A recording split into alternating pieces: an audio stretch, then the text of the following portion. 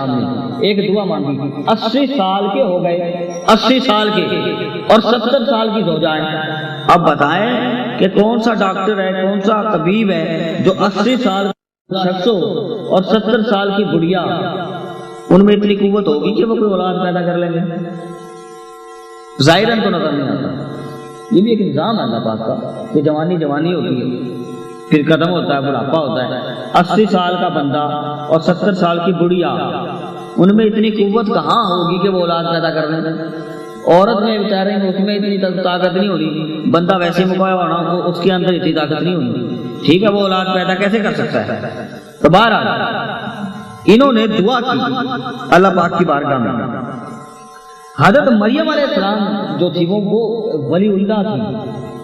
اب ولی اللہ جو تھی وہ زکریہ علیہ السلام ان کی پرورش کرتے تھے، اور یہ زکریہ علیہ السلام جو تھے یہ حضرت مریم کے خالو تھے، اور ان کی زوجہ جو تھی عائشہ بنت فاقود یہ خالہ تھی، کن کی؟ حضرت مریم کی۔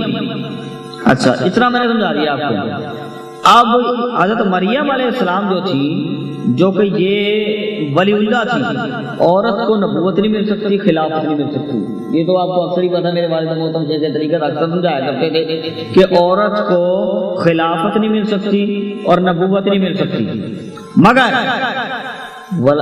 وہ اللہ کا قرب حاصل کر سکتی ہے، ولایت مل سکتی ہے، خلافت نہیں مل سکتی، نبوت نہیں مل سکتی، خلافت نہیں مل سکتی، ولایت مل سکتی ہے۔ یہ مریم تھی اور پیدائشی ولایت تھی، اور پھر ان کو اللہ پاک کی طرف سے اب موسمی نہ ہو کسی پھل کا، اور بے موسمی پھل، اگر آپ کو آج میں کہہ دوں کہ انگور لا دیں، انگور کا تو موسم کوئی نہیں ہے، انگور کا تو موسم ہی کوئی نہیں۔ آپ کو میں کہہ دوں کہ انگور لائیں، انگور کہاں سے ہوگا؟ بھی بازار میں ملیں گے ہی نہیں، موسم ہی کوئی نہیں ہے اس کا انگور کا۔ تو حضرت اللہ والوں کے ہاتھ سب موسم ہے،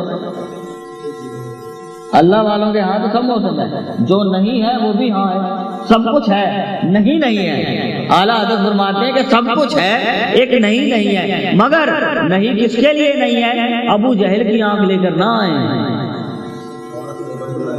ابو جہل کی آنکھ لے کر نہ آئے۔ وہ آنکھ عاشقوں کی، پروانوں کی، حضرت عثمان غنی کی آنکھ لے کر آئے، ابو جہل کی آنکھ لے کر نہ آئے، پھر نہیں ہے، ورنہ تو پھر کیا تھا؟ بیٹھ کے بھی کچھ نہیں ہے، ٹھیک ہے نا، قرآن نے فرما دیا۔ پھر بات کیا ہوئی کہ ان کو حضرت مریم کو ایسا تھا کہ بے موسمی پھل آتے تھے، ایسے انبار لگ جاتا تھا، سب حیران ہوتے تھے کہاں سے آئے؟ تو پھر ان سے پوچھا کہاں سے آئے؟ تو اللہ نے بھیجے۔ حضرت مریم سے پوچھا کس نے بھیجے ہیں؟ اللہ نے بھیجے ہیں۔ کہاں سے بھیجے ہیں؟ آسمان سے اوپر سے بھیج دیے بے موسمی پھل۔ اب اس جگہ پر جہاں پر بے موسمی پھل آتے تھے وہ ان کا اجرا تھا، وہ ایک مقام، ایک جگہ تھی، بات سمجھنا، وہ ایک جگہ، ایک مقام تھی حضرت مریم علیہ السلام کی، جہاں وہ بیٹھ کر مولا سے باتیں کرتی تھی اور وہیں ان کو خوراک ملتی تھی اللہ کی طرف سے۔ حضرت زکریہ علیہ السلام نے سوچا نبی ہو کر آج تک تو اولاد ہوئی کوئی نہیں، آج تک تو اولاد ہوئی کوئی نہیں، اب 80 سال کا ہو گیا ہوں اور 70 سال کی بڑھیا میری، ٹھیک ہے، اب کیا کرتا ہوں؟ جس ولیہ کے اللہ پاک جس ولیہ کو اب کی وہ جگہ جہاں وہ عبادت کرتی ہے، اللہ پاک جہاں سے اس کو خوراک عطا فرماتا ہے، اس جگہ پر بیٹھ کر دعا کروں تو اللہ قبول فرمائے گا، ٹھیک ہے۔ تو انہوں نے پھر کیا دعا کی؟ اس جگہ پر ایک نبی نے ولیہ کی جگہ پر بیٹھ کر دعا کی، ایک نبی نے ولیہ کی جگہ پر بیٹھ کر دعا کی۔ کیا دعا کی؟ مولا بیٹا دے دے، کوئی آگے نسل چل پڑے، میں تو بوڑھا ہو گیا، تو بیٹا دے دے آگے نسل چل پڑے۔ اچھا اب یہاں پہ بے شمار صوفیاء کرام ہیں، وہ کیا فرماتے ہیں کہ بیٹے کی دعا کرنا، بیٹے کی دعا کرنا، یہ بات سمجھنا۔ آج کل جو کہتے ہیں کہ بیٹی ہوگی تو نئی شادی کر لینی ہے، یہ بات سمجھنا۔ صوفیاء کرام کیا فرماتے ہیں کہ بیٹے کی دعا کرنا نبیوں کی سنت، بیٹوں کی دعا کرنا نبیوں کی سنت، اور بیٹی کا ہونے پر غم کرنا کافروں کی صفت، کافروں کی صفت۔ اب بیٹیے حضرت موسیٰ علیہ السلام نے پھر بات دہرایا تھا، یہاں کے لوگ بیٹھے ہیں شاید ان کو پتہ نہ ہو، میں بتا دوں۔ حضرت موسیٰ علیہ السلام اللہ پاک کی بارگاہ میں پہنچے، عرض کی مولا بندوں سے کب خوش ہوگا؟ اللہ پاک نے فرمایا بارش دوں گا۔ آج بھی آئی تھی،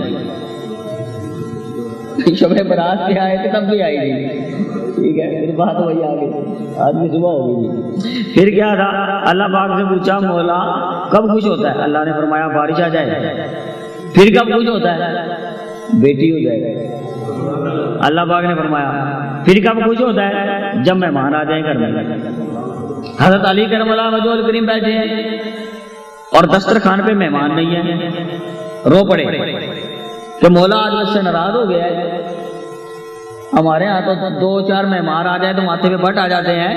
حضرت علی کرم اللہ وجہ الکریم فرماتے ہیں اللہ پاک کی بارگاہ میں عرض کرتے ہیں مولا رو رو کر کہ مجھ سے ناراض ہو گیا ہے اس بات پہ، اور دسترخوان پہ کوئی مہمان نہیں بھیجا، میں روٹی نہیں کھاتا۔ ان کا حال یہ تھا اور ہمارا حال یہ ہے۔ تو اللہ پاک فرماتا ہے بیٹی ہو جائے، مہمان ہو جائے تو میں خوش ہوتا ہوں۔ اور آقا علیہ الصلوۃ والسلام اپنے ممبر پہ بیٹھے ہیں، نبی پاک صلی اللہ علیہ وسلم اور خاتون جنت فاطمہ تو زہرا رضی اللہ عنہا آ جاتی ہیں، حتیٰ کہ ضمن میں آتی ہیں۔ بات سمجھیں، ہمیں تو آقا کی بیٹی کے صدقے تو بخشش ہو گئی۔ اللہ پاک نے قرآن پاک میں فرمایا وَإِن مِّنكُمْ إِلَّا وَارِدُهَا، سورہ مریم کے اندر ہی اللہ پاک نے ایک اور جگہ پر فرمایا وَإِن مِّنكُمْ إِلَّا وَارِدُهَا۔ میری مائیں بہنیں بیٹھی ہیں وہ بھی سنیں، تو پھر کیا تھا؟ ہر ایک کا گزر دوزخ پہ ہونا ہے۔ بڑی دوزخ سے برا لگتا ہے، بڑا دوزخ سے ڈر لگتا ہے۔ ہمیں تو لگتا ہی نہیں، دن بھر گناہ کرتے ہیں، جھوٹ بولتے ہیں۔ لوگ کہتے ہیں جس گھر میں کتا ہو تو رحمت کے فرشتے نہیں آتے۔ ارے حضور نے فرمایا جھوٹ بولنے والے کے گھر بھی رحمت کے فرشتے نہیں آتے۔ خاتون جنت فاطمہ تو زہرا رضی اللہ عنہا کی بارگاہ کے اندر ان کی وجہ سے بخشش ہونی ہے۔ کس طرح ہونی ہے سنیں آپ۔ اللہ پاک نے فرمایا وَإِن مِّنكُمْ إِلَّا وَارِدُهَا، سورہ مریم کے اندر ہی۔ بس بات کی طرف دوبارہ آتا ہوں۔ اللہ پاک نے حضرت زکریا علیہ السلام کو بھی بیٹا عطا فرما دیا۔ بات کس لیے بیٹا عطا فرمایا؟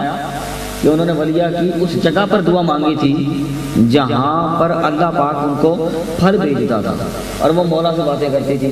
تو جگہ کا فرق ہوا نا، آپ گھر دعا کریں گے اور اللہ کے والوں کے قدموں میں آ کے کریں گے تو کتنا فرق ہو گیا۔ بات سمجھ میں آئی نا؟ اچھا، اب پھر بیٹی پر بات آ رہی تھی تو جب یہ آیت نازل ہو گئی ہر ایک کا گزر دوزخ پہ ہونا ہے۔ ہم اگر صرف فقط اس وجہ سے اللہ پاک کی بارگاہ میں فرشتے پہنچتے ہیں اور ہم عرض کرتے ہیں کہ مولا دوزخ سے پناہ، تو فرشتے اللہ پاک کی بارگاہ میں دعا عرض کرتے ہیں کہ مولا وہ بندے دوزخ سے پناہ مانگ رہے تھے۔ اللہ پاک پوچھتا ہے کہ کیوں مانگ رہے تھے؟ دوزخ تو دیکھی ہے انہوں نے، جو دوزخ سے پناہ مانگ رہے تھے انہوں نے دوزخ کو دیکھا ہے؟ وہ عرض کرتے ہیں مولا دوزخ کو نہیں دیکھا، تیرے محبوب نے فرمایا کہ دوزخ برا ٹھکانہ ہے۔ دوزخ کو نہیں دیکھا، تیرے محبوب نے فرمایا ہے کہ دوزخ برا ٹھکانہ ہے۔ اللہ پاک فرماتا ہے، حدیث پاک میں ہے، اللہ پاک فرماتا ہے اگر میرے محبوب نے فرمایا فقط ان کے لب پر میرے محبوب کا ذکر آ گیا ہے کہ دوزخ برا ٹھکانہ، مجھے دوزخ کی پرواہ نہیں، ان کے لب پہ میرے محبوب کا ذکر آ گیا کہ محبوب نے فرمایا دوزخ برا ٹھکانہ ہے، فرشتوں تم گواہ ہو جاؤ وہ سب دوزخ سے بری۔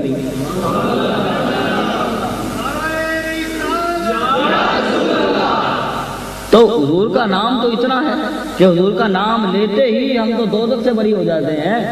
تو حضور کے ذکر میں بیٹھیں گے تو کتنی برکتیں ہوں گی۔ اور پھر جب یہ اب حضور کا حال دیکھیں ہمارے لیے، ہمارا حال ہے اور حضور کا حال۔ آقا علیہ الصلوۃ والسلام رو پڑے، زاروں قطار روتے ہیں، زاروں قطار، کس لیے؟ کہ ہر ایک کا گزر دوزخ پہ ہونا ہے۔ وَإِن مِّنكُمْ إِلَّا وَارِدُهَا، سورہ مریم کے اندر۔ کس کے لیے روئے؟ اپنے لیے نہیں، آپ کے اور میرے لیے کہ ہمارا گزر دوزخ پر ہونا ہے۔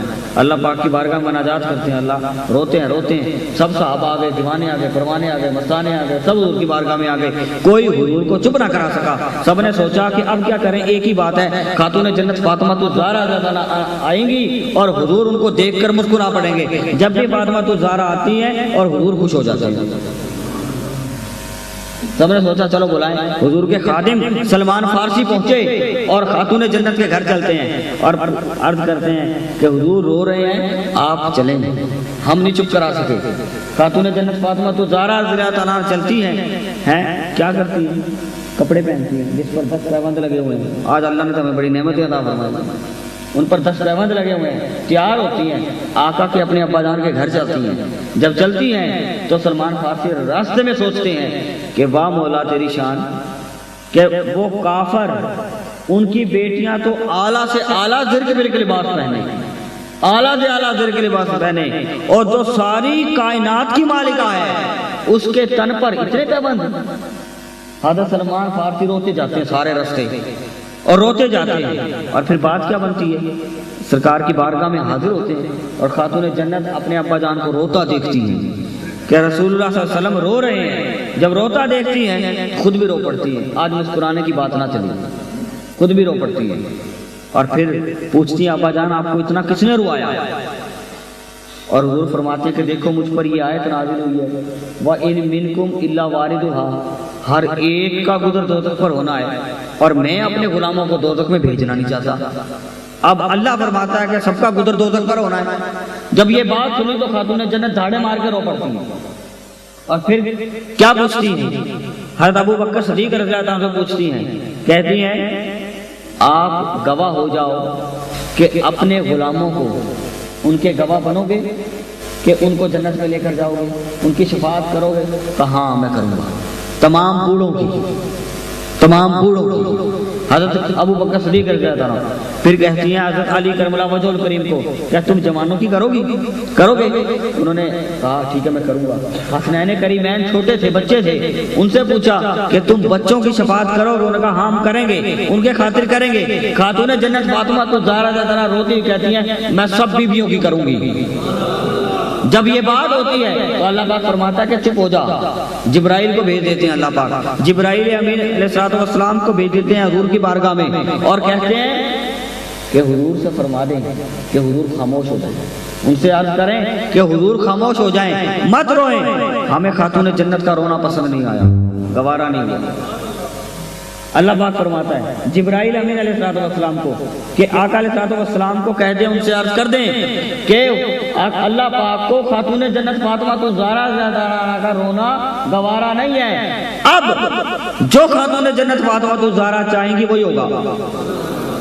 اللہ نے پیغام بھیج دیا ہے، جو خاتون جنت فاطمہ تو زہرا چاہیں گی وہی ہوگا، اگر یہ جس کو چاہیں گی میں اس کی بخشش کر دوں گا۔ اللہ پاک نے پیغام بھیج دیا، اور ان سے کہہ دیں بخش روئے مت۔ اور پھر آقا علیہ السلام اپنے ممبر پر بیٹھتے ہیں، اور خاتون جنت آ جاتی ہیں، تقریر بند کر دیتے ہیں۔ لوگ دیکھتے ہیں کہ خاتون جنت فاطمہ الزہرا جا رہی ہیں، تو وہ کہتے ہیں کہ فاطمہ الزہرا نہیں جا رہی، یہ گام مصطفیٰ ہیں، یہ چلنا ہی مصطفیٰ ہے، وہ بولتی ہیں تو یہ بولنا ہی مصطفیٰ ہے، وہ مسکراتی ہیں تو یہ مسکرانا ہی مصطفیٰ ہے۔ اور حضرت عمر فاروق رضی اللہ تعالیٰ عنہ وہ کہتے ہیں کہ ہم نے ساری عمر حضور کی بارگاہ کے اندر ایک ہی عرض کی ہے کہ آپ سے گفتگو سے پہلے اپنی جان تن من دھن اپنے ماں باپ آپ پر قربان کر دیے، کہ میرے ماں باپ آپ پر قربان ہوں، پہلے گفتگو سے پہلے حضور کی بارگاہ میں۔ عمر فاروق رضی اللہ عنہ کہتے ہیں کہ ہم جب بھی گفتگو کرتے حضور کی بارگاہ میں یہی عرض کرتے کہ حضور آپ پر ہمارے ماں باپ قربان ہو جائیں، مگر آج ہم نے دیکھا ہے کہ آقا علیہ السلام نے پوری کائنات میں ایک ہی شخصیت ہے، وہ خاتون جنت فاطمہ الزہرا ہے، کہ جن کو فرمایا کہ فاطمہ تجھ پر میرے ماں باپ قربان، تجھ پر سب کے ماں باپ قربان، تجھ پر پوری کائنات کے ماں باپ قربان، تیرے قدموں پر ساری کائنات کے ماں باپ قربان۔